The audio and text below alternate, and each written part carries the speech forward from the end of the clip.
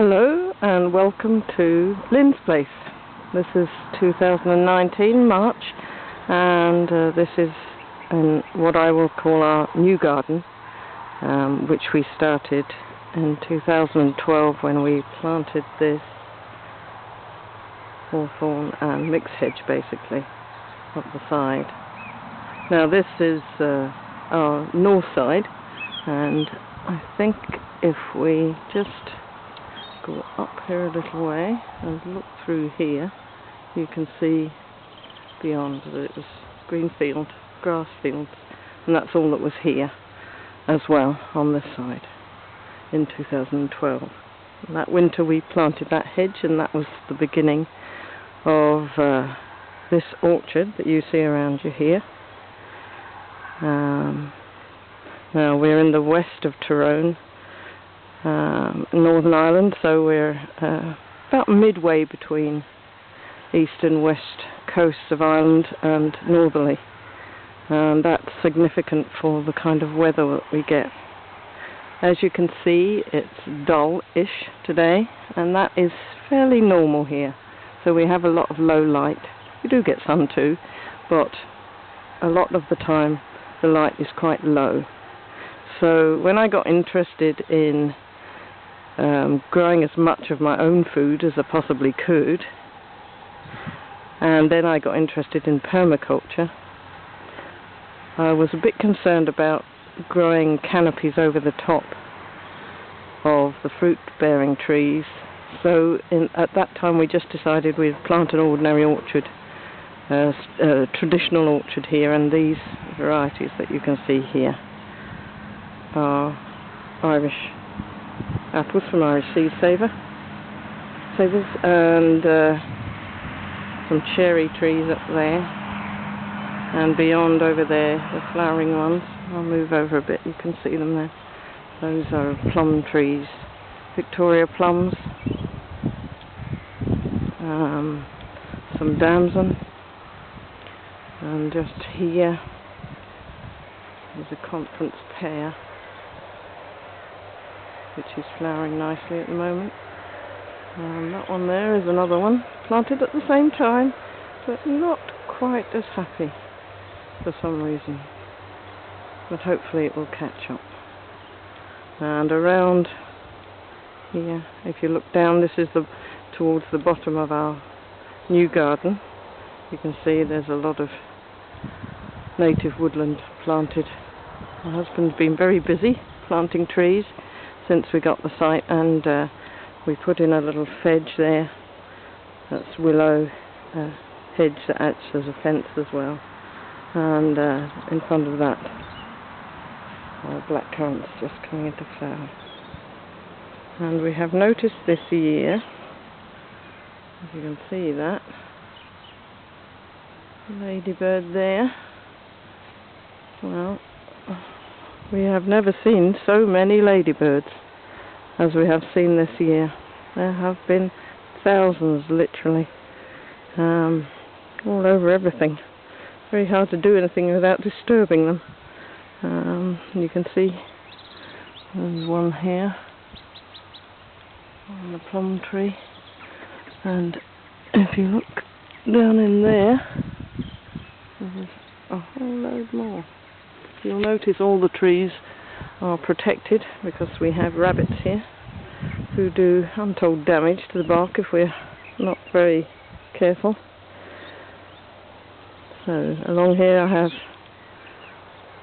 autumn fruiting raspberries, more black currants. Oh, there, this is the top of the well. It's covered in grass and stuff at the moment, and that's significant. I'll explain why in a minute. These are gooseberry bushes here, which are doing quite well. We planted them a couple of years ago. They're coming on nicely. They were cuttings from a friend of ours. So, why is it called the well? Why is it the well? It is a well, under the concrete cap. And through here, you will see we have our own dark hedges here.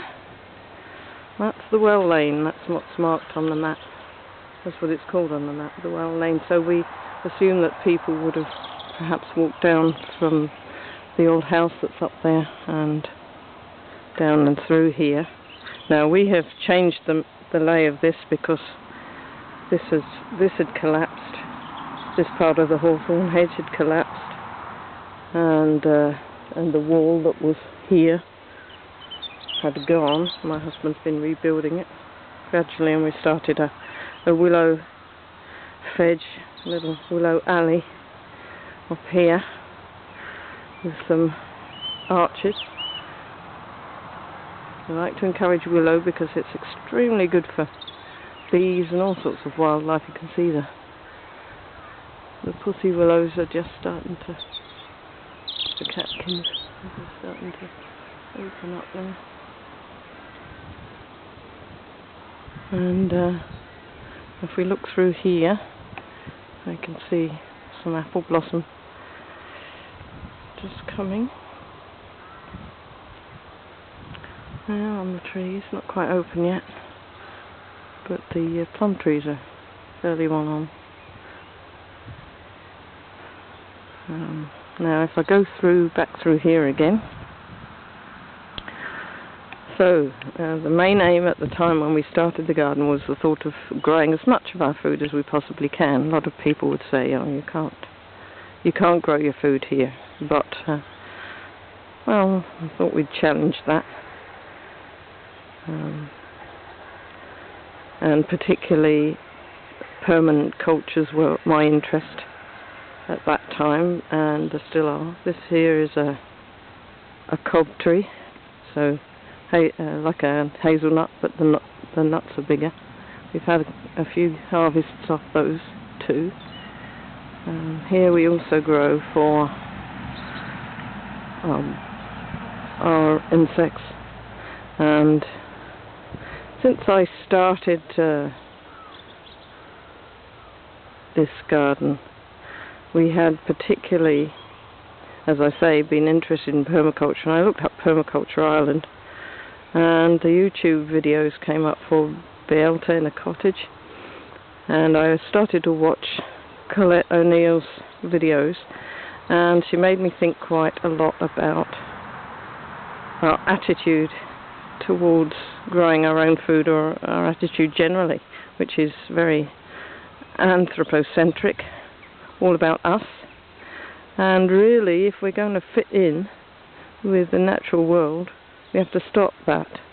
We have to try and think first about also the whole system around us, which includes all the animals and birds and all the other creatures that live with us, or try to live with us, and find it very difficult.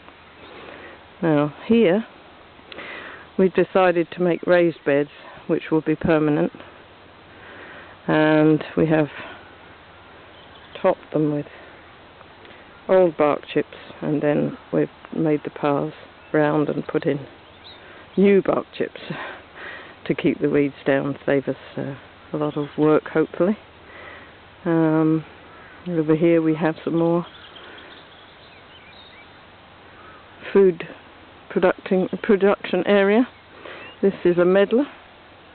It's absolutely beautiful. It has almost wonderful flowers on it, and it has big fruit hips on it, which are quite interesting.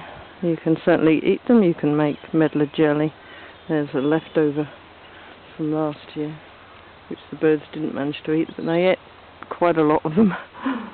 And this is a quince. That's a true quince. And that has fruit too. And next to it, you'll see those dark green leaves. That's Elaeagnus, which is planted there for nitrogen locking to help with fruit production, as do the alders, which you can see up there in the hedge. Now that's an edible bamboo, which is coming on slowly. We're waiting for some shoots to come up so we can try them, but it's quite small yet.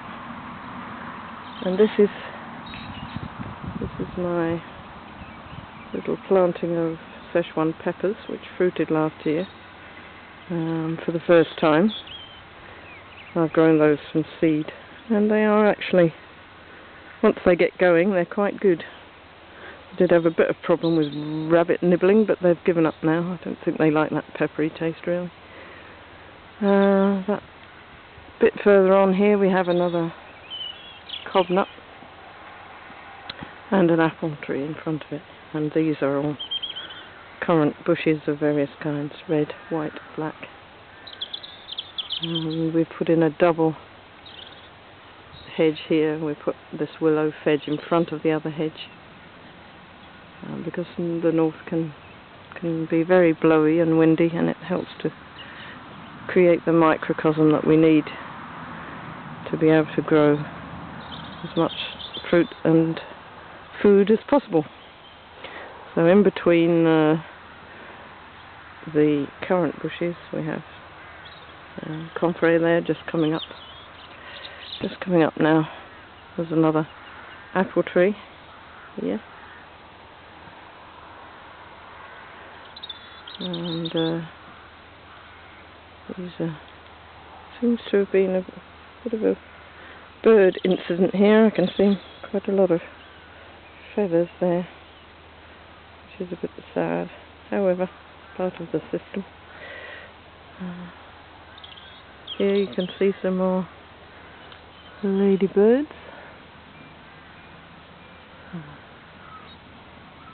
These are also currant bushes.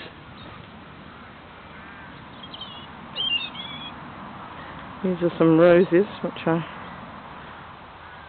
rather like, and will be very beautiful when they start to flower again. And there's a bit of new planting here. So looking at the fact that this was only begun in 2013 really, when we started to plant a few things, and it's been going on since then really, but it's becoming quite mature and certainly producing a lot more than it was just as a field. If we go around here, there's a little patch of flowers of various kinds I like to grow for birds and bees and everything, and that's a lilac tree which is actually coming on quite well now and has decided to flower. And it's just in here, and you can see rhubarb, of course. Rhubarb there. Again, rabbits like to dig them up, so we've put some sticks around them to try and discourage them. That seems to be working. And then here is this year's production of onions, and the sticks are just to stop the birds pulling the onions out, because they do like to do that. Just curious. Again, we've got some more fruit bushes here, and this was a patch where we had a bit of a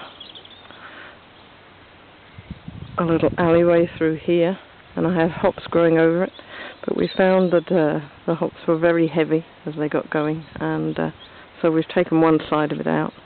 We've left one hop, and you can see that just there. These are the hops coming up here, and we're going to let that go over this archway because it's quite a strong bit. And I was finding that at that end, because that's our south face, but that's where all the growth, the old growth is. We don't want to cut it down, so it means it causes a lot of shadow in this direction, and I found that the hops at that end weren't really flowering at all, whereas at this end they were flowering. So away from that darker hedge it seems better. Up in here again, all the wiring is to keep rabbits out, because they just eat everything otherwise. This is prepared now for broad beans, peas and runner beans, and you can see last year I had some parsnips growing there and they've popped up again, so I'll have to take those ones out. I'll go on. So that's basically what the new garden, how far we've got with the new garden. There's another veg here. Again, it's all to do with closing down the areas, making microcosms, plus the fact that, along, you can see along that way from north to south is the contour. So, and it just goes on down. The contour runs across. Our contours run across the site, and so we've planted along willows along that to slow down the water run, because you would have found that the water would gush down the field when it was raining. So the idea was to get the water to go to ground, basically, and that seems to be working pretty well. That was another reason we put the raised beds in, to lift the vegetables out of the water, because, well, especially onions, they don't really appreciate too much water, and sometimes it just doesn't stop. So at this top end, you can see it's a little bit thinner, the hedge there. That's probably because of the large trees overhanging it. But they are home to all our birds. So many birds live in the ivy. So we don't worry too much. We're just going to let them do what they do. Those are mostly actually hazel growing there, and they have got catkins on this year, so you may see some production there. And we have a lot of hazel that we planted down in the woods at the bottom, so we get some production of hazel as well. And here's a little hedge we put in along the edge of this path, which is it's actually a slow hedge. It doesn't enjoy it too much because of what's overhanging on this side, which is cutting out the light, but hopefully it will get away gradually. It is coming on this one here. There's flowers coming on it, so that's good. So we've got a lot more work to do. I can take you over and show you the edge of the property here, and this is the top of the well lane.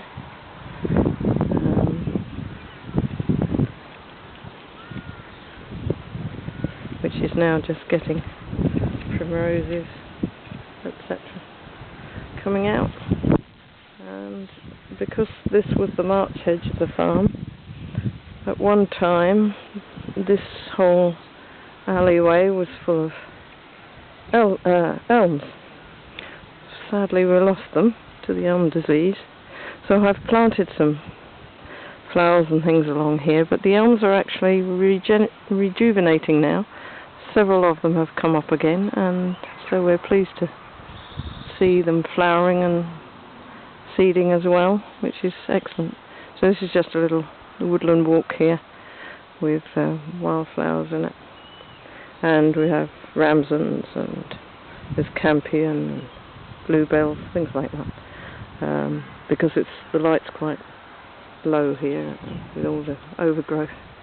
But as I say, we wanted to keep all of that because the birds love it there, and because it just adds a nice little atmosphere to the garden, I think, as it's a very ancient planting.